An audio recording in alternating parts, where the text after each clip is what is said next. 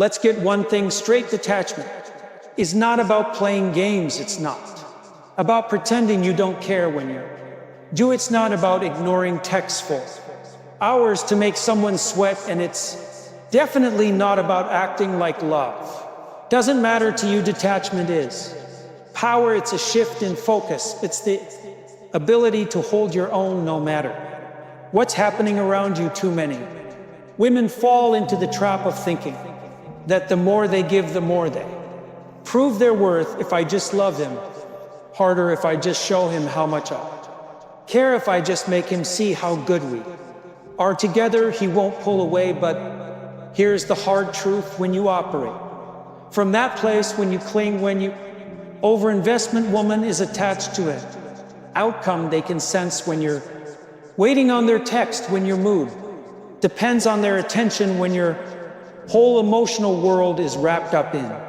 them and that energy, it doesn't inspire love, it suffocates it. But a woman who is detached, she's different, she's magnetic.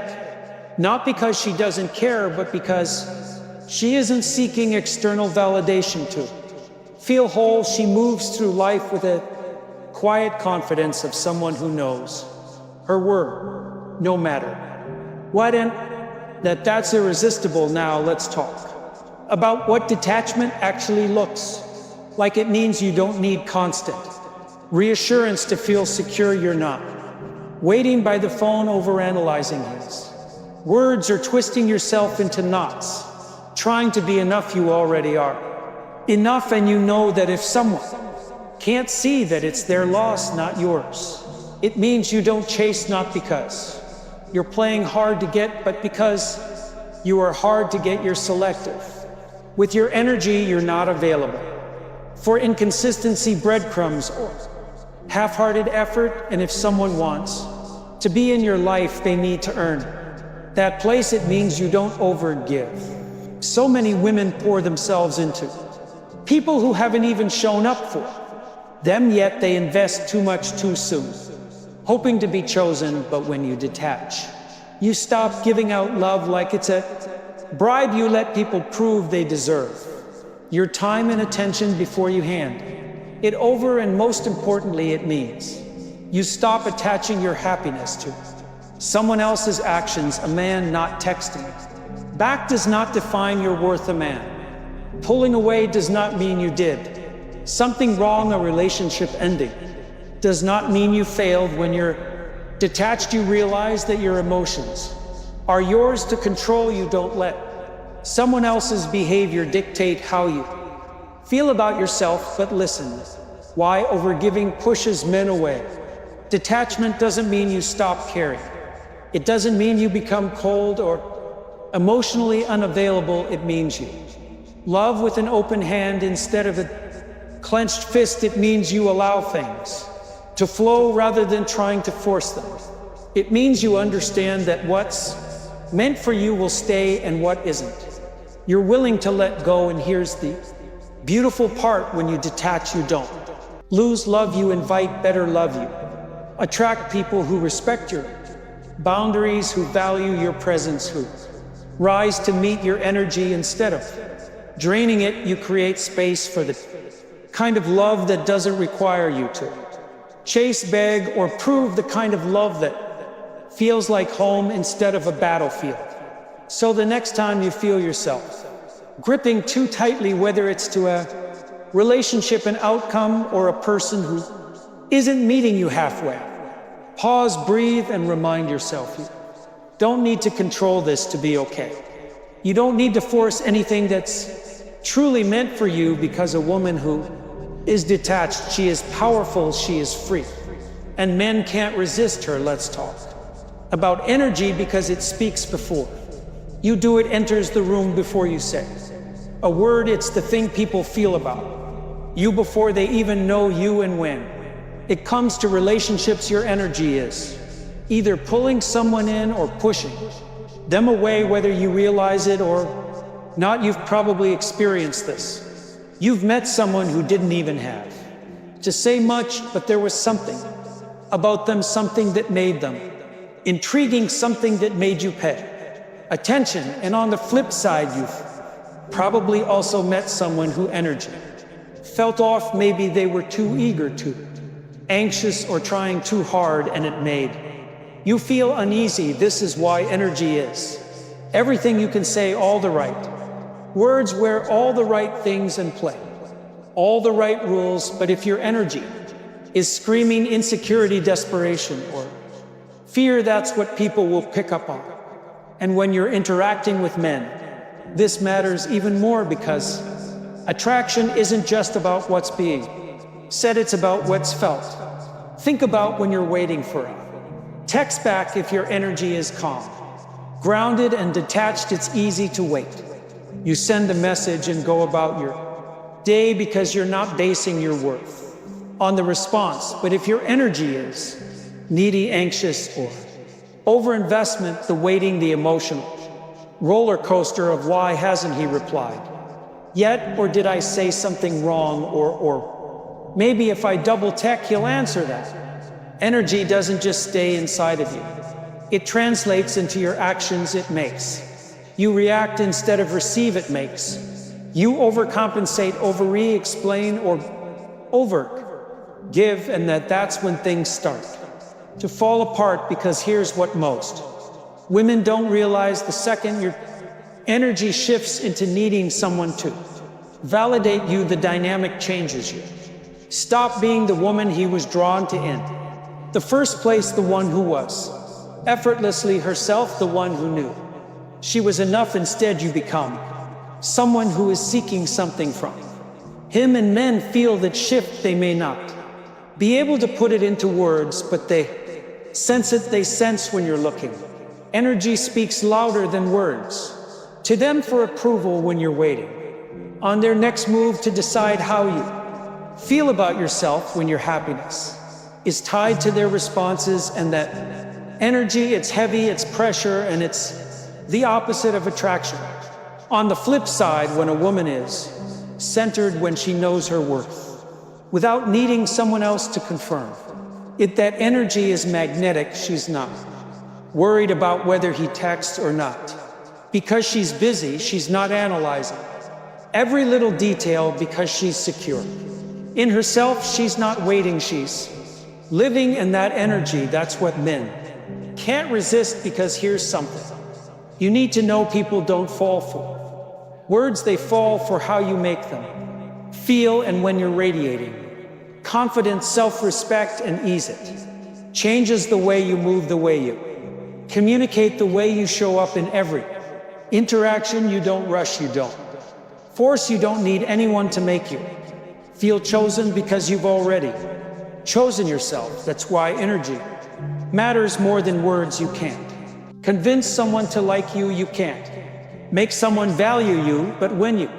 shift your energy, when you start showing up as the woman who knows she's valuable rather than the one trying to prove it, you change everything. Because men don't respond to pressure, they respond to presence. They respond to a woman who is already enough, who is full of life, who is connected to her own joy, her own purpose, her own self. That's the kind of energy they can't ignore. So the next time you feel yourself overthinking, waiting, or needing something outside of yourself to feel okay, pause, breathe, shift. Ask yourself, what's the energy I want to bring into this moment? Because trust me, your energy speaks louder than any words ever could.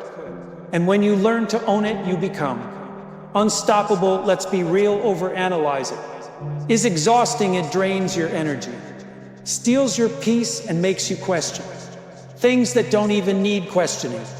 You get stuck in a loop, replaying conversations, dissecting text messages, and trying to predict someone else's thoughts, like your happiness depends on it. But here's the truth: it doesn't. It never did. The more you analyze, the more you suffer. You start attaching meaning to things that don't actually mean anything. A delayed text turns into maybe he's losing interest. A short response becomes, did I say something wrong? A shift in his tone makes you spiral into what did I do? Suddenly, you're stuck in your head trying to solve a problem that doesn't even exist.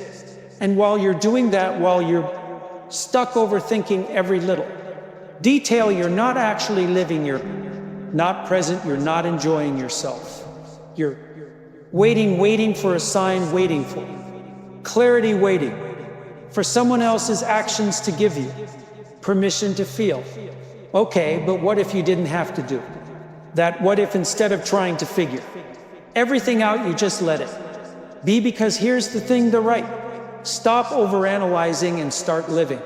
Things in life don't need to be dissected, they flow, they feel easy, they don't make you feel like you need to decode every interaction just to understand where you stand. When something is good for you, it doesn't create anxiety, it creates peace. So why waste your time obsessing over what someone else thinks when you could be out living your life? Why waste energy trying to control something that's not even in your control? The only thing you can control is you, your energy, your focus, your happiness. And when you shift your attention back to yourself instead of analyzing in someone else's behavior, everything changes. Imagine if you took all that energy you spend worrying about a text, a call, or a situation you can't control and put it into your passions, your goals, your joy. Imagine if instead of waiting for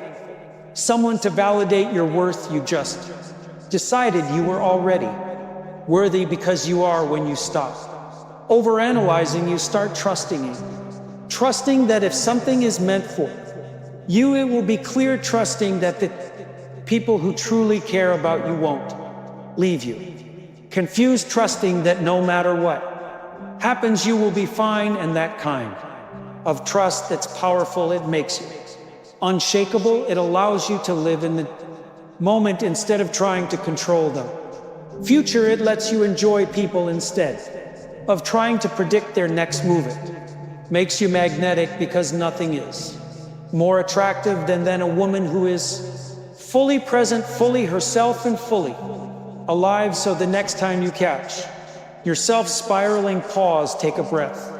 Remind yourself, I don't need to have all the answers right now, and then go do something that makes you feel good, something that brings you back to you. Because life isn't meant to be analyzed, it's meant to be lived. Silence is one of the most powerful things you can master.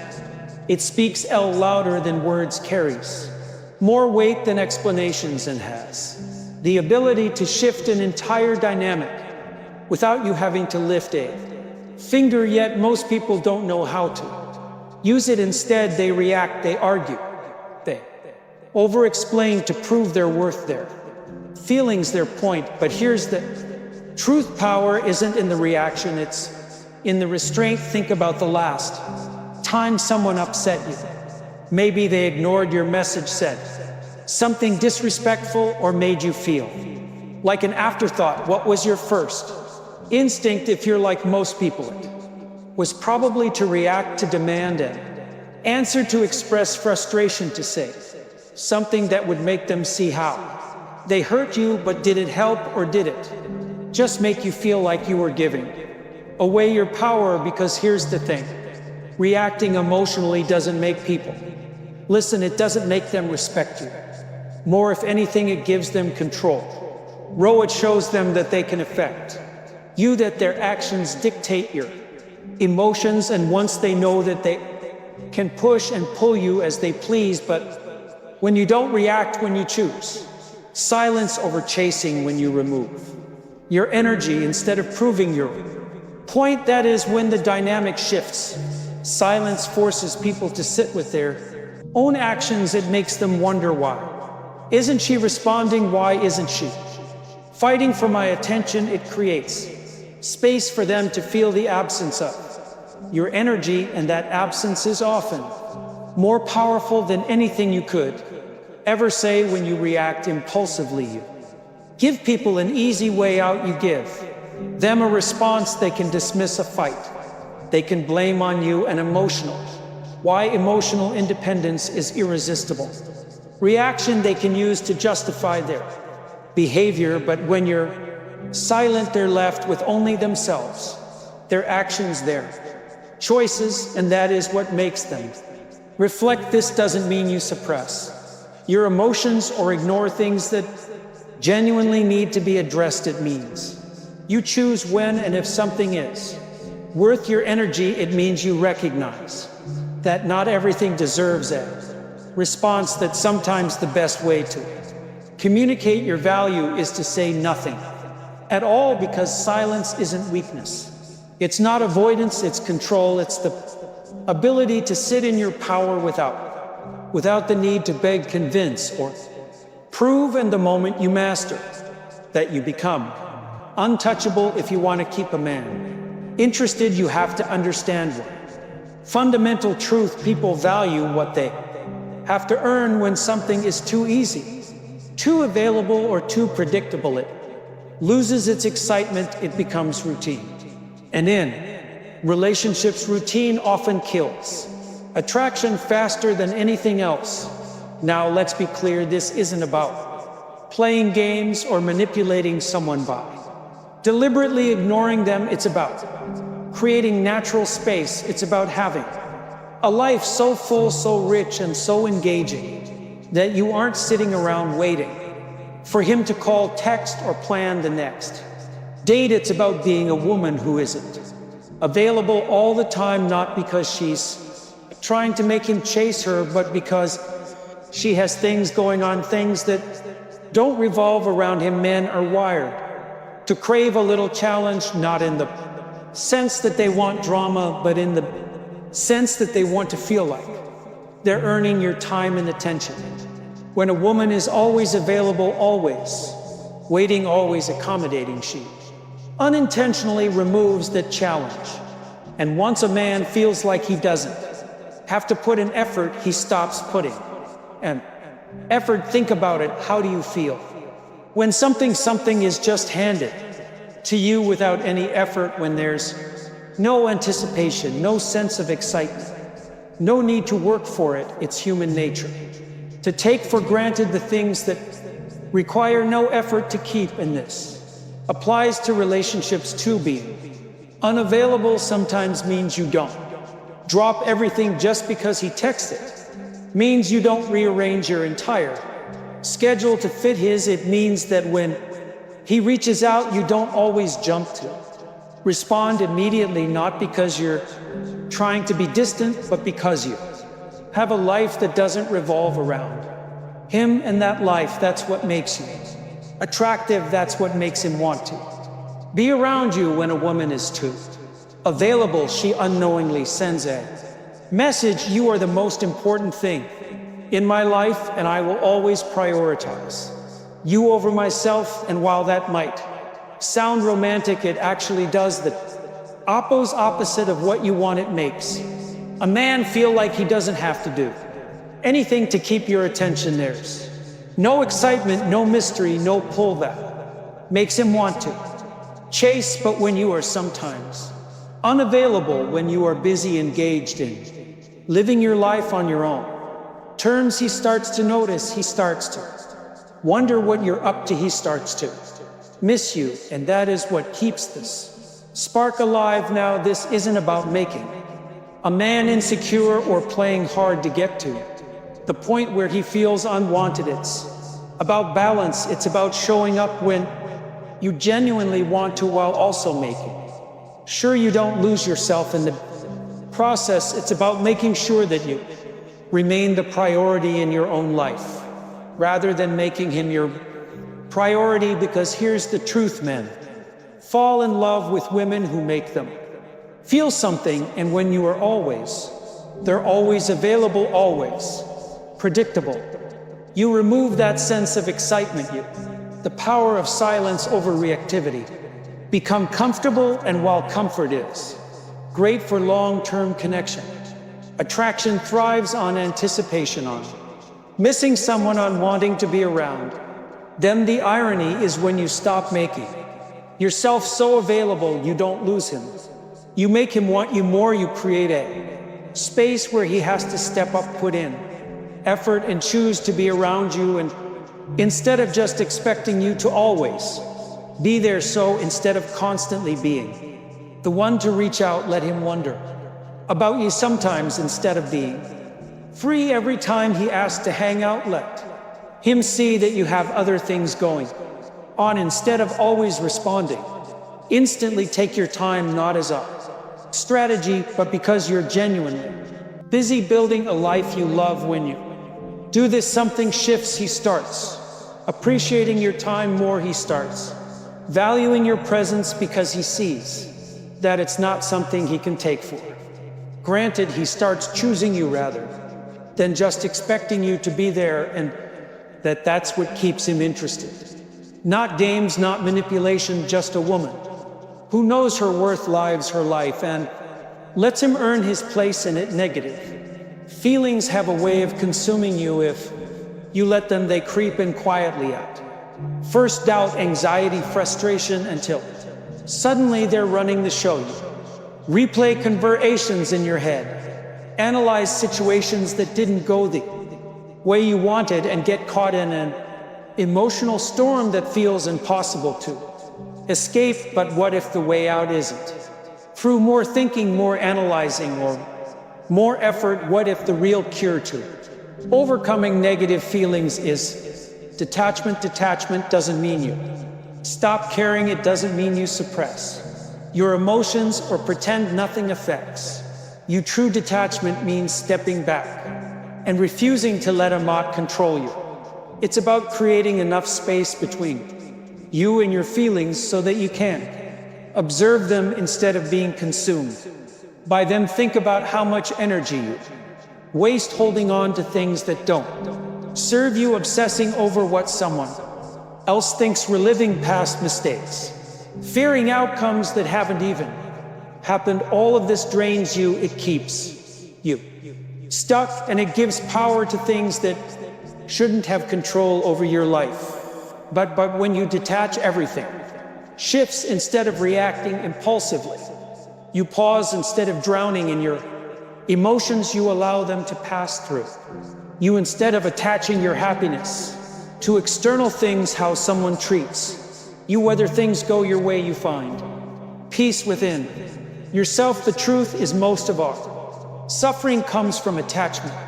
Attachment to people behaving a certain way, attachment to outcomes turning out exactly as we imagined, attachment to the idea that things need to happen on our timeline, and when reality doesn't match those expectations, we feel pain. But pain isn't caused by the situation itself, it's caused by resistance to what is, and detachment is the antidote to that resistance. It allows you to accept life as it comes without letting it define your emotional state. It gives you freedom. Detachment doesn't mean how to naturally attract without chasing disengagement. It means you show up fully, love deeply, and give your best, but you don't cling. You don't need things to go a certain way to feel okay. You don't tie your happiness to whether someone stays or leaves, whether an opportunity works out or falls through. You trust that no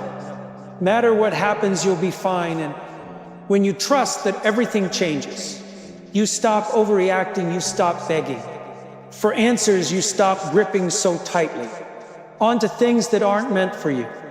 You move with ease because you know that what's meant for you will always find you. Detachment gives you clarity. It removes the fog of overthinking and allows you to respond instead of react. It keeps you from making decisions based on fear or desperation. It helps you recognize when something isn't aligned with you so you can let go instead of forcing it. When you practice detachment, you regain your power. You take control of your emotions instead of letting them control you. You stop chasing things that drain you and start attracting things that are meant for you. And most importantly, you realize that peace was never in the outcome, it was always within you at the end of the day. Detachment isn't about being cold or indifferent, it's about being free from the need to control, free from the weight of overanalyzing, free from the emotional roller coaster that comes with attachment to things outside of your control. It's about reclaiming your Energy, your peace, and your power. When you learn to detach, you stop letting external circumstances dictate your emotional state. You stop giving people, situations, or outcomes the ability to define your happiness. Instead, you move through life with confidence, knowing that whatever happens, you will. Conclusion, reclaiming your power.